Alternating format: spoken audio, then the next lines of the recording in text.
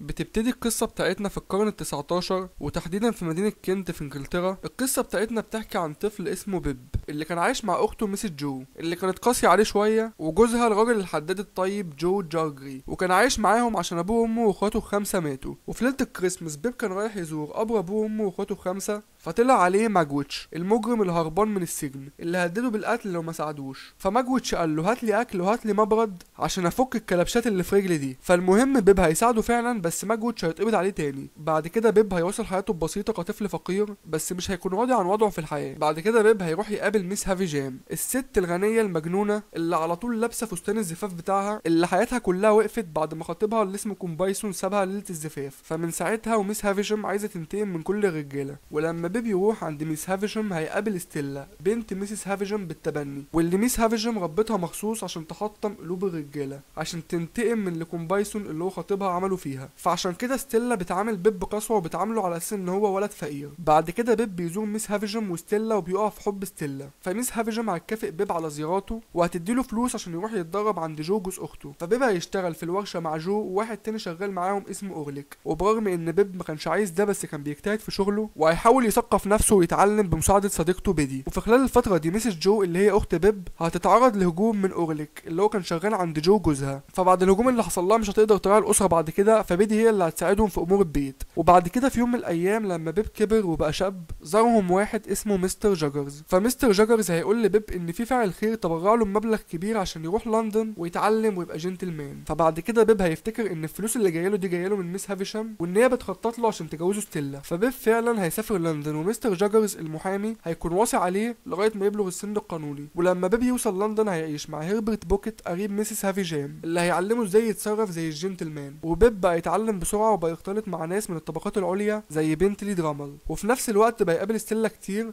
عشان بقت تروح لندن عشان تختلط مع الطبقات الراقية، ووقع في حبها اكتر من الاول. وعشان يعجب ستيلا والناس اللي حواليه بقى يتبرى من اهله اللي كان عايش معاهم في كنت، لدرجة انه كان بيستعر من جو وما كانش عايزه يجي يزوره في لندن. ده غير ان هو بقى مسرف وبقى يحرض هيربرت على الاسراف لغاية ما بقى هما الاتنين مديونين. وفي يوم بيب كان قاعد لوحده بالليل جاله ضيف مش متوقع، ماجويتش المجرم الهربان اللي بيب ساعده زمان لما كان طفل. ماجويتش كان منفي في استراليا واشتغل وعمل ثروة هناك، وكان ممنوع يرجع انجلترا والا هيتعدم. ومع ذلك خاطر بحياته ورجع انجلترا، ورجع عشان يعرف بيب ان هو كان المتبرع الغامض اللي ادى لبيب كل ثروته. بيب هيتصدم لما يعرف كده ويحس ان الفلوس اللي خدها دي كلها حرام. بعد كده يكتشف ان هو كان غلطان، انه كان فاكر ان ميس هافي شام هي اللي ادته الفلوس عشان يتعلم ويتجوز ستيلا. بعد كده بيب وهيربرت وواحد اسمه مستر ويميك هيعملوا خطه عشان يهربوا ماجويتش بره انجلترا. كان هدفهم ان هم يجدفوا في البحر لغايه ما يلاقوا سفينه عشان تهرب ماجويتش بره انجلترا. وفي نفس الوقت بيب هيعرف ان ستيلا عايزه تتجوز بنتلي درامر، فبيب هيترجاها ان هي ما تتجوزوش، بس هي كانت مصممه ان هي تتجوزه. قالت له هتجوزه يعني هتجوزه، وقالت له يلا امشي من هنا. وبيب قبل ما يمشي هيطلب من ميس هافيشام ان هي تساعد هيربرت بوكيت،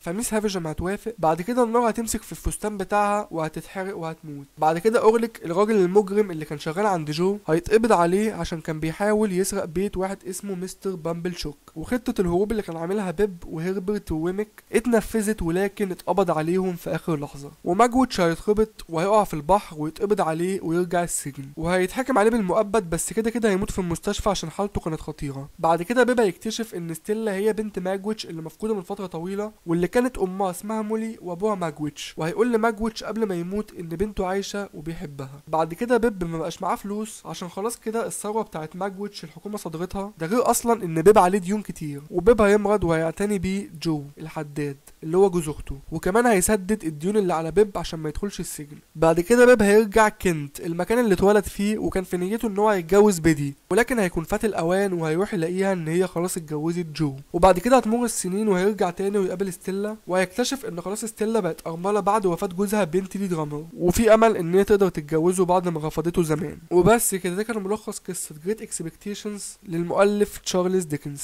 ولو عجبك الفيديو منساش اللايك والسبسكرايب والشير.